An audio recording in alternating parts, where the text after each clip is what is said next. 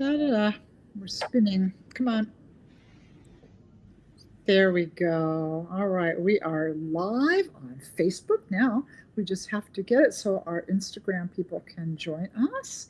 And then we are ready to roll with the amazing Debbie Macomber. I am always so excited to get a chance to talk with you, Debbie. I got to say, and for anybody who misses part of this, you'll just have to start at the beginning and listen to the whole thing when we're done because you're not going to want to miss any of this. This is really going to be good stuff today because we're going to be talking about time management with the amazing Debbie Macomber.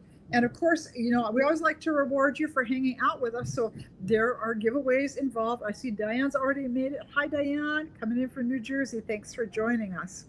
We always have a little gifty to give away here. We'll be drawing a name later for anyone who's involved and commenting. Somebody's going to get a copy of my book, Welcome to Moonlight Harbor.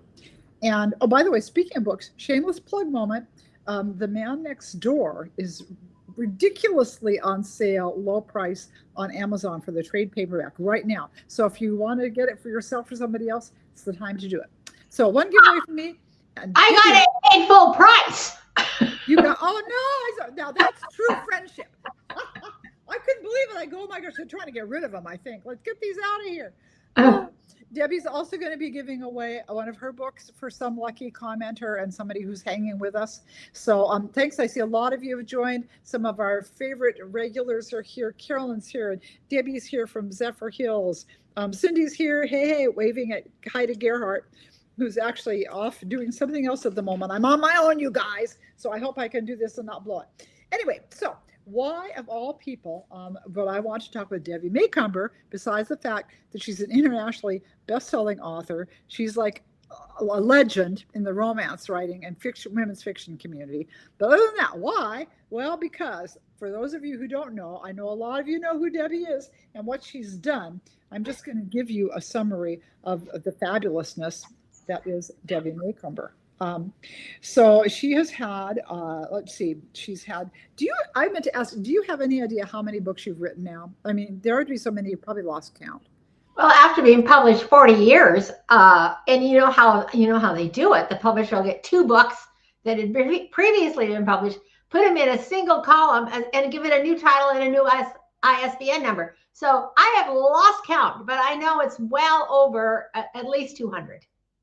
That's so amazing. Oh my gosh. Oh shoot. Somebody just asked, where's my book on sale? It's on Amazon, by the way. So, but anyway, so that's how many books. Plus she was trying to keep count of that too. And we think it's 9 movies she's had made from her books.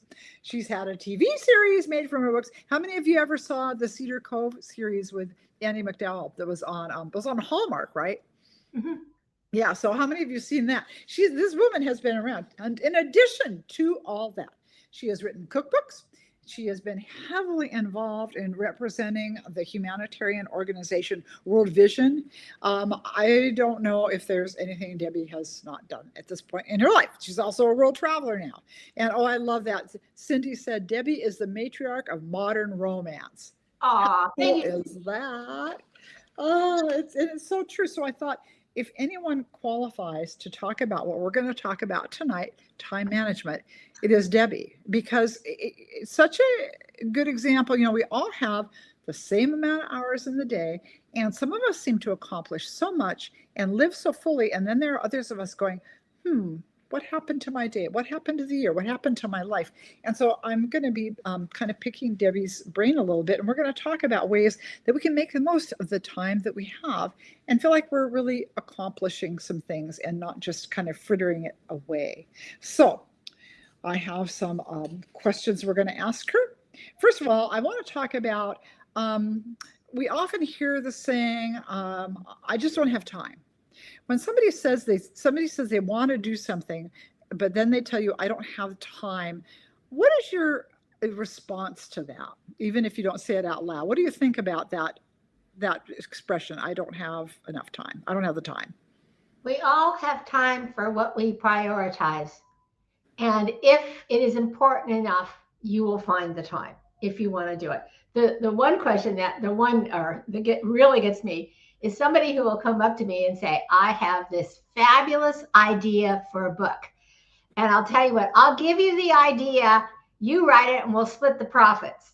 Yeah, it's like, and Debbie's like, I have enough ideas of my own, thank you.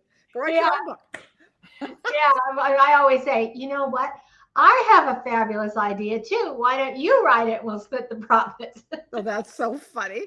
Oh my gosh. Oh dear. Well, I mean, and we do come up with ideas, but I don't know about you, but that's how I started my writing career. I just got this idea for a book, and I remember, and we were so broke at the time. We were broke for years, but I remember saying, "Oh, this." I had a friend who was a writer. I said, "I should tell Sharon this idea," and then I realized, wait a minute, I need money. I should write this idea. Right. And, so sometimes the best person to write your book is you. Hi, Michelle, who has just called us two of her favorite authors, and now you're one of our favorite readers. Thank you for that. Anyway, so there's the answer. It really is. We do, again, all have the same amount of time. It's like, what are we going to do with it? How are we going to use it? Now, and Debbie is also one of the most disciplined people I know, really. I think discipline often plays a heavy part in time management. And Debbie, tell us a little bit about what you've done over the years to make sure you meet your obligations. Now, I know I'm going to hear that you have help, but you didn't when you first started. So how did you make things happen? Well, you have to remember, I started so many years ago with a rented typewriter on the kitchen table. And I had to find a way to write. Well, I still had 4 young children. They were all toddlers, basically. I mean, Dale was only 3 years old when I started, and Jody was 8. So she was the oldest of the 4. And so I know there are young mothers that really want to be writers. And I will tell you what I did. I let the children know they were my priority, absolute top priority. So I did a sort of a structure with them. The mornings were theirs. This is all during when school was up. So we had, in fact, I sold a fabulous article on this to a magazine, one of my big sales, of how I kept, how I was able to manage writing the books, being a writer, and still being a good mom. And so the mornings were theirs. And so every day of the week, I had something special. One day was we do science experiments. And another day we would cook. We'd make cookies or whatever. One day I would take them swimming or to the library. And one day we would do art. So I had something every morning that we set aside that they knew that they had my entire attention. And then in the afternoons after lunch or nap time or whatever, I would take that time to write. And they knew this is mom's time now. I had an hour or two, and believe me, you would not believe how much I could write in that hour. And the kids knew it was my hour. This is mom's hour. That's great. I love that. That makes me realize that we often have to say, kids, I love you dearly, but right now mom has to do, fill in the blank. It's like sometimes we feel like we can't take any time to pursue our goals. We feel guilty, like, well, I'm not, and we're givers and we want to be givers and we want to give to those around us, but it's also okay to give yourself a little bit of time, right? Yeah, absolutely. And the kids understood that. I mean, there were certainly times that they would, get into fights or whatever, but Jody, as the oldest of the boss, she would really keep control of them. That's mom's hour. That's a mom's hour. Oh, I love that. That's great. Good kids. Well, and you've got good kids too. That helps. But okay, so what about the infamous to-do list? Are you a believer in using a to-do list? Absolutely. Absolutely. I make a list every Monday morning. I make a list of things I want to accomplish or need to accomplish in the week. And so I set goals for myself. And they're not always writing goals, especially now. I'm writing very little right now. So it's like, I want to make sure I get 5,000 plus steps every day.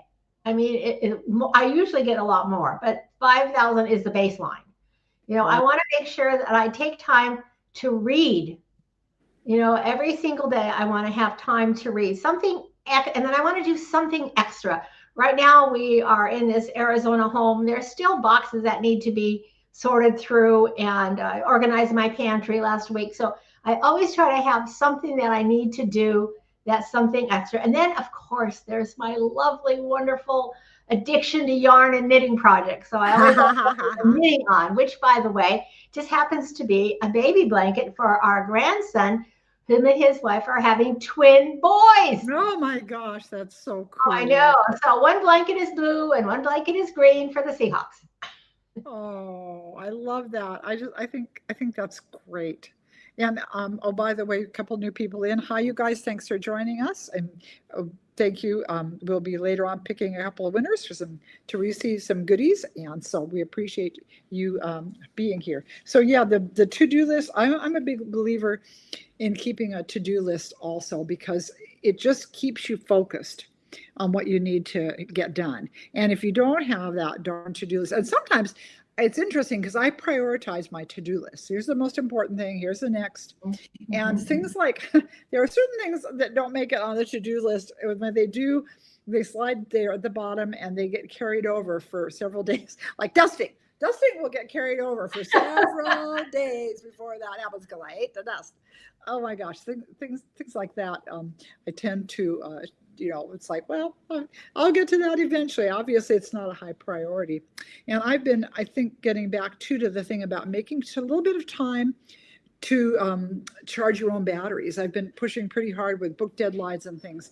And I just finished my book that will be out for this Christmas, my first draft to send to my editor. And I thought, you know what, I'm actually going to take, well, I probably won't really do it, but the plan is I'm going to take a month off. I'm going to read books I haven't read. I'm going to clean my house. What a concept. I'm going to spend more time with my friends and just do some of those things that have fallen by the wayside because I've been pushing so hard. And last weekend? Oh, if any of you follow me on Insta, you saw my first attempt at French bread that I posted. I had not baked bread since I was like in my early 20s. I thought, Sheila, it's time to do a few of those things again. So it's a good thing to build in some time, some little work balance time in your life. And I know for so many of us, if you're raising kids or you're working and you've got a household to run, it's very hard to fit that all in. But that's why we want a to-do list, because that's way, you will get the things done that you need to do, right? So since there are only so many hours, when you're prioritizing your time, Debbie, you said, okay, walking goes on the list. And your reading, get some reading time in. I'm sure, like me, you're always trying to make sure you get some Bible study time in, some God time. Every morning I start my day with the Lord, every single morning. And that's just priority number one. I get up and so Wayne and I do Wordle. We challenge each other, and we're almost always the same. But then the next thing I do is do my Bible devotion, read my devotionals, and do my Bible reading. Write in my journals, and I have written in my journals from the time I was in grade school. Didn't your brother sell one of your journals once? I just remember that story. Him and two of my cousins made copies of it and sold it to the boys in my class. Oh, so be careful what you do with your journal, you guys. Yeah. So the thing is, it was horrific at the time. I ran away from home. I was so mortified. And but it sold well. Oh my gosh, that's just so funny. Hi, some of our newcomers who've joined us. Thanks for joining us. We're talking about time management here today with the amazing writing legend, Debbie Macomber. So cool that she was willing to do this and spend time with me. I've suckered Debbie into a lot of things over the years, and she's always such a good sport. Yeah, your turn is coming, Sheila. Just you wait. Oh gosh. Okay, so you talked a little about the kids with making sure that you had some mom time. Is there any other advice that you would give to moms who are in the middle of that crazy, I'm going 8 million directions phase of life? I think, our children don't view us as anything other than their mom. I can remember early in my career, I was pictured in Newsweek magazine. I was so excited, and I was eager. The kids are coming home from school, and Ted was home first, and I said, Ted, look, Mom's. Here I am. I'm in Newsweek magazine, and Ted says, "That's great, Mom, but are my gym shorts washed?" And I realized that moment that I was their mom. That they didn't see me as anything else. Yeah. And so, just remember that no matter what happens in your life, you're their mom. That is so true. I have to say, my daughter, once she got older, the teenager and a young adult, she's very proud of my accomplishments. And she would, when a box of books would come, she'd be the first one to get into it, just skim hers off the top. So I think as they get older, they appreciate more. Yeah. But I mean, aren't we all as children? We're so self-centered. It's all about us. We're the star of the show, and all the rest of the family are just the props and the cast behind us that keep the show of us going. So I mean, that is truly true. And I look back in with my own mom. She wrote a little newspaper column. That's all I remember that she did. All I remember is I remember seeing mom baking cookies. She was always baking cookies, or she was making dinner, or she was having ladies for lunch. But I don't to think of my mom as having a life outside of her family was very hard for me to envision, because we were the center, of her life, which is, of course, very cool. And we want our kids to know that they're appreciated. But we also want to make sure that we just spend a little time remembering that there are many facets to who we all are. So Yeah. I think that's important. By the way, Debbie, you're getting some mentions in. It looks like you're going to be Brenda's featured December book. Mm-hmm. So that's very exciting. The Date with Santa is very, very cool. Now, Joe Marie says, my sister and I do Wordle. So is that like Scrabble, Wordle? In a way, you have 5 letters, and it's hard to explain. You just have to guess the word. And I always start out with one word. And if I get any letters, you take the letters that it shows up. It's kind of hard to explain. And next time we get together, Sheila, I will show you Wordle. Oh, go. Oh, yeah, I've heard of it, not gotten into it. By the way, somebody did mention, Nicole, I wish I could have been a mom. And Nicole, I just want to say to you that you have got other callings in life than on your life. And sometimes we look at somebody else and go, gosh, I wish I could have done this, or I could have done that. That doesn't mean there isn't something important you're supposed to be doing. I think sometimes we focus in on one thing and say, this is what we all should be doing. And that isn't necessarily the case. I have a feeling you're doing important things as it is, and will continue to be doing important things. So for those of you, and maybe somebody's even saying, well, gosh, I'm trying to write and I feel like I'm getting nowhere. Well, getting back to the topic of time, sometimes it takes time. Wasn't one of you had some joke one time that you used to make about how long it took you to become an overnight success? Do you remember that quip that you used to make? Oh, yeah, it was something actually I heard from a rock group that said it took them 20 years to be an overnight success. And so I think there's a lot of truth in that. True, because it's you look at the people now that are big stars. They've been at it for years. I mean, Shania Twain sang in smoke-filled bars for years. The same with Reba McEntire. That they work their way up. And now I kind of have a theory about writers. I don't know if I've shared this with you before, Sheila, about the 3 different kinds of writers there are in this world. And there's like my friend Linda Miller. She is a natural born writer. She wrote her first book when she was 13 years old. But, she has a very hard time plotting.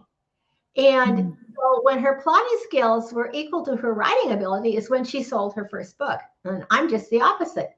I'm a natural born storyteller. I had to learn to be a writer. But once my writing skills were par with my storytelling ability, that's when I sold my first book. And then there are the third type who, they possess both. They're excellent storytellers and they're excellent writers. And I like to say, and I'm not really joking when I say it, they haven't suffered enough, because you have to suffer. What happens is they sell quickly and they're one book wonders because they don't know what they did right. They just know that this book sold and now this tremendous pressure is on them to repeat what they did, and they don't know what they did.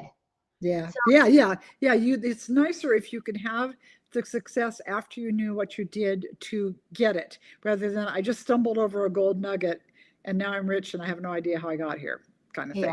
Yeah. But that when all those years, and I know you've had them too, those years of rejection, we learned something, we forged something, and it became a tool that we built that became a foundation.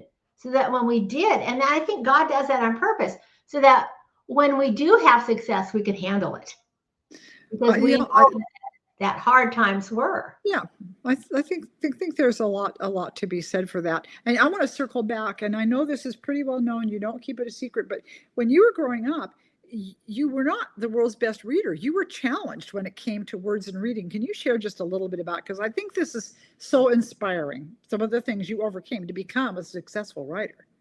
Well, I'm dyslexic, but back when I was going to school, they didn't have, teachers didn't understand that. They didn't know that I had trouble reading and understanding. And women or girls with dyslexia, it's almost always boys. It's not that common that it is a girl. For whatever reason, I don't know. But I know that my dad was dyslexic too, and my grandpa. And so when I started school, the teachers, they liked me and they wanted, to help me, but they didn't know how. And so they would just pass me on to the next grade. And after a while, I learned how to sight read. I mean, I knew DOG was dog, but anything that beyond simple words, I could not read. The third grade teacher told my mother, Debbie's a nice little girl, but she's just never going to do well. I just love that. Oh my gosh. And, that became the underlying belief that I carried with me all through school. And it was about when I was 10 and in the 5th grade, when I understood the concept of sounding out words. Something clicked in my brain. And even to this day, Sheila, there are interchangeable words in my mind. And I'll often write a sentence and skip a word in the sentence. It's in my mind. It's there, but it doesn't make it on the page. That's why I have to have everything proofread. No, that makes sense. I just love the fact of overcoming. For me, it was math. Math. I was, in fact, and the same thing kind of passed up, and nobody realizes you're counting on your fingers. I was still counting on my fingers as a grown-up. Even when I had to help my kids with their math, at least I learned a little bit more when I had to help them memorize their math tables. And I try to do, I don't use a calculator when I'm calculating different math figures because I want to keep working on that skill. But that was not an area I was good at. And so fortunately I have Gerhardt to make sure things go well financially for us. He kind of keeps track of all that because my head would explode. But the reason I had wanted to address the whole dyslexia thing was another example of overcoming. It's just so easy to make excuses for when we are not achieving what we thought we could achieve. It's very easy to just get a little on the lazy side and do the old, well, I'm not good. I don't have time thing. That's just, I understand how fast it goes, but we don't want to use that as an excuse to not use the talents we're given and make those dreams we have come true. So I think there are so many time suckers out there, things that suck away our time if we let them, like social media or being on the phone or playing games, or there are just so many things that can distract us.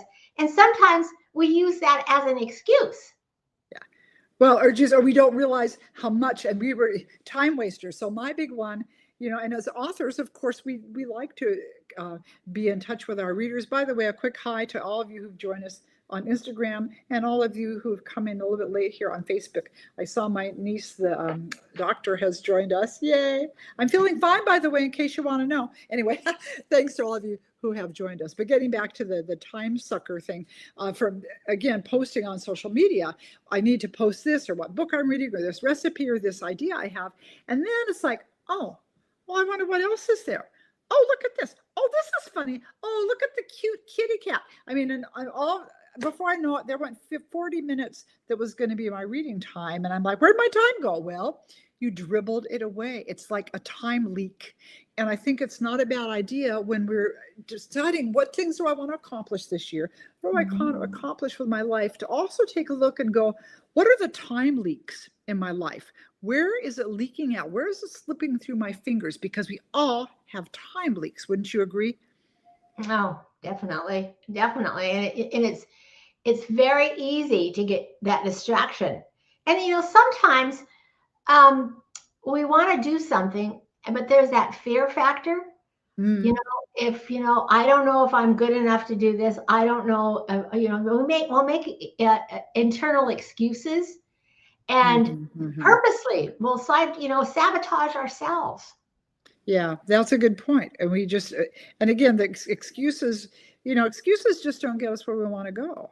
Pam had posted, I had mild dyslexia, D and G, P and Q were Yep. tough for her. Yep.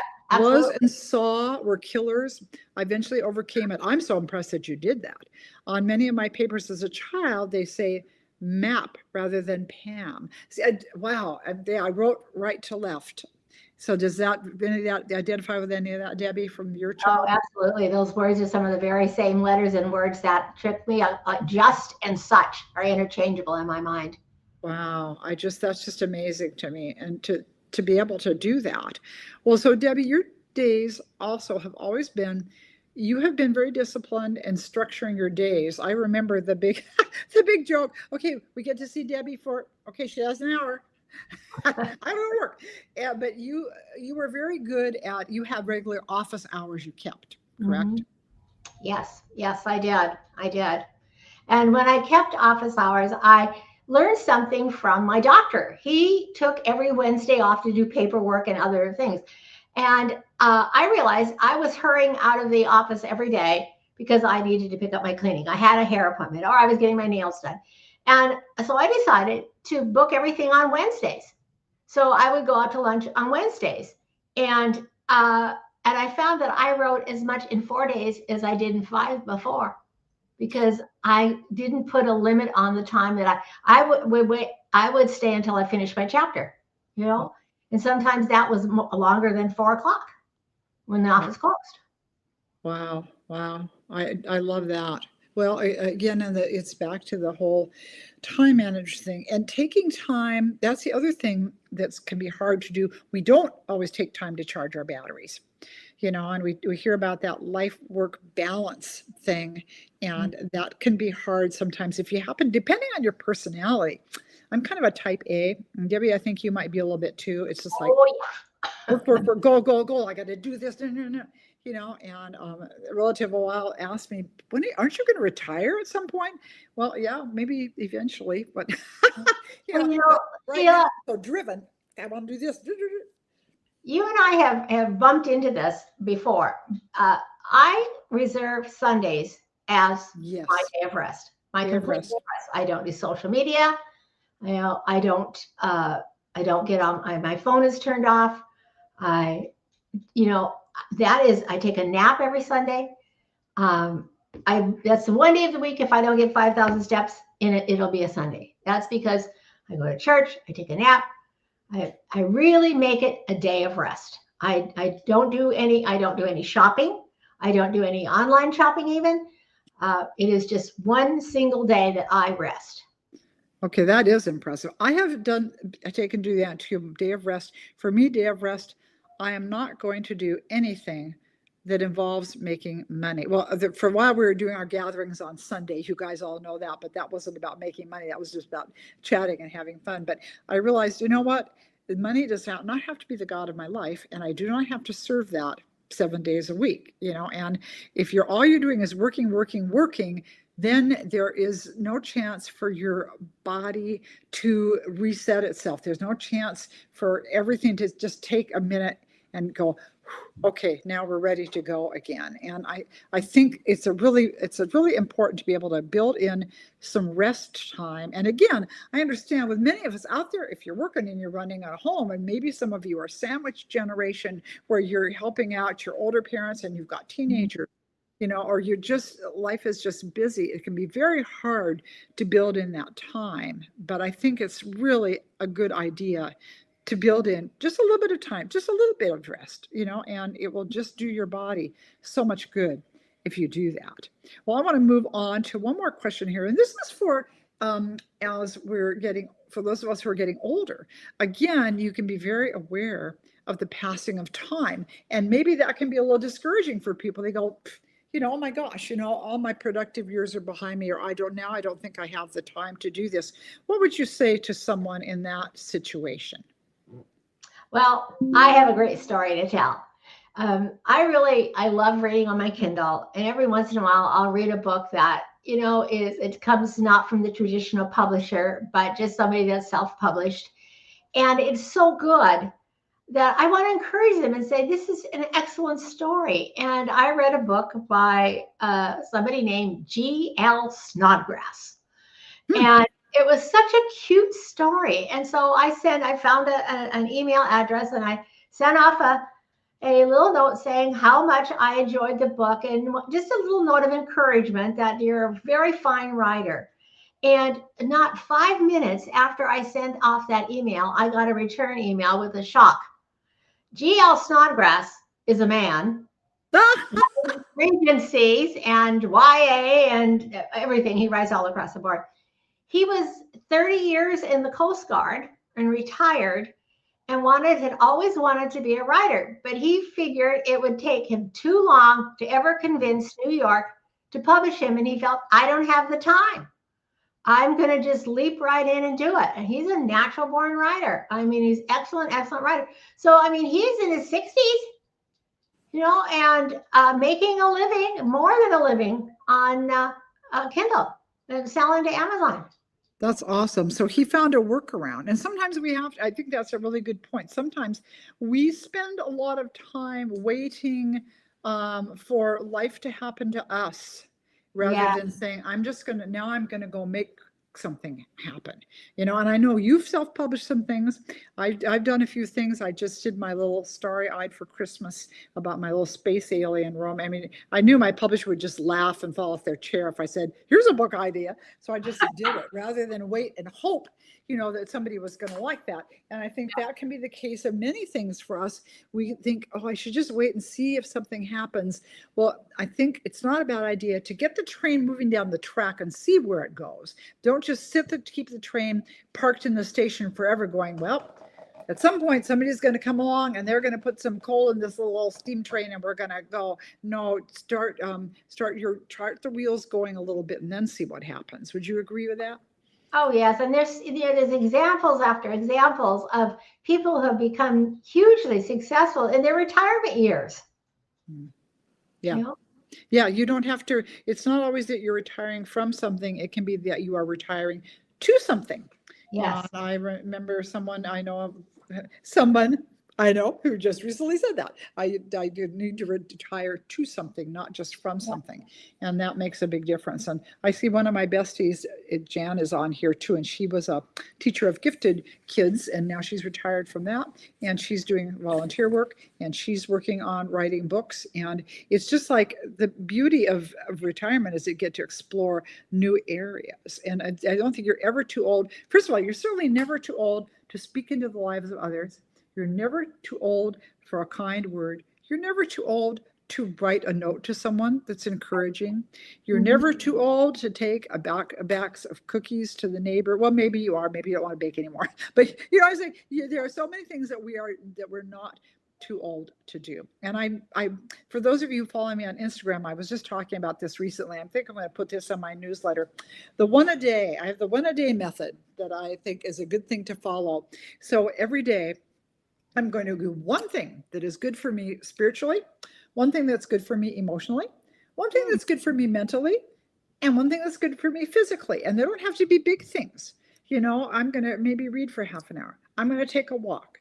I'm going to not eat a cookie today. I got through today and didn't eat cookies. I'm very proud of myself. So it doesn't have to be a big thing. And those are tiny little time bites, but they add up to a big difference in how your life can be. And I think it's not a bad idea to break our life down. Where can I fit in 10 minutes to do this? Where can I fit in a few minutes that? If I got up just a half an hour earlier and had some quiet time, what would I accomplish? And I know we all know writers who would get up at like 5 a.m. and write. And Megan Chance, I always remember with Megan, she was working full time. And so Saturdays were her writing day. And nothing interfered with her writing day on Saturday. We would always have Romance Writers of America. There would be the big chapter meeting in Seattle. And if it was on Saturday, it's like, sorry, I'm not coming, I got to write. And I always thought that was just so that with such discipline that she had carved out that chunk of time. This is what it's dedicated to. This is what I'm going to use it for. And then she followed through on it. So I think that's really important. let's make sure we follow through on all those things we're deciding to do. Wouldn't you say? Absolutely. Absolutely. Yeah. It is important. By the way, I see Charlene Keller. I did see you ringing in from Vancouver, BC. Very fun. Nice to have some of our neighbors up north with us. But well, anyway, Debbie, are there any parting words of wisdom that you would like to share as far as time management, how you've managed your time over the years that might be helpful to someone? Well, I just think it's important to set your goals every day. I have a to-do list for every day, and to make sure that just like you say, that you take care of. I love your idea of doing something for yourself every day, one thing at a time. That I think that's a really great idea, because we do have to do self-care. But there's a verse in scripture that starts out, it's the Message Bible. It says, make a thorough examination of who you are, and then put yourself into it. And I think that if we know ourselves and set our goals and keep our eyes focused on where we want to go. When I started off writing, I read the book by Norman Vincent Peale, The Power of Positive Thinking. And every time I got a rejection, I would force myself to sit down and read another chapter. But in that book, he had a little saying, and I would say this every single day when I sat down to write. I believe I am divinely guided. I believe I will always take the right turn in the road. I believe that God will make a way where there is no way. And I came to believe that, and set my heart on being a writer, and set my focus on putting words on the page every day. And, my dreams came true. But they weren't dreams that didn't require work, because it required a lot of work and a lot of dedication and a lot of sacrifice. Yeah. Good point. We have a couple of comments I'll read here real quickly. Marie says, I'm baking chocolate banana bread. Oh, that sounds good tomorrow. And I use the mini pans, then I can share it with others. That way I'm not eating it all. And there you go. Gosh, you already got I'm doing something good for somebody. You're doing something that's emotionally good for you. And there's one of your fun things for your one a day that you've added. I think that's great. Let's see, where's somebody wanted to ask about a good cruise book, getting ready to go on a cruise. Looking for it. I was going to mention mine, One Charmed Christmas. That's one about the Christmas cruises in Europe. And actually I took the whole itinerary for what we did and wove that into a novel. It was very fun. See if there's anything else that I did. Very clever. Which one? Your book. Very clever. That you wrote your itinerary. It worked out just great, and plus, then you can use that as a deduction for your travels. So that's a good thing. By the way, Debbie does a lot of cruises too, you guys, and has done cruises with readers. I kept trying to talk her into doing our 2027 one, but we didn't get her. Doggone, and she's on to other big important things. But hopefully, she'll come back once in a while to visit with us. And it's you're an hour ahead of me, right? So it's getting on toward you would like to enjoy some of your evening. So I'm going to let Debbie go. And for many of you, I know, this is not always the best time, but for those of you who made the time to be with us, I want to thank you. Thank you for spending your evening with us. Thank you for being able to spend some time with Debbie. I hope you've been encouraged by her and have gotten some good tips on time management. And I'm going to first of all say goodbye. Oh yeah, before I do say goodbye, we will be, I believe next week I am interviewing a screenwriter, Lauren Snowden. And so we've got that coming up, more writers and more things coming up. We have switched to Mondays because Sundays are often family day, and I know it's hard for many of you to be able to join in on Sundays. So we're going to see how Mondays work for a while, but thank you for joining us. Really appreciate it. And a big thank you again all to our gang on Facebook and YouTube, wherever you're watching. And thank you to Debbie. Is she awesome or what? So thank you so much, Debbie. You're so welcome. Happy writing, everyone.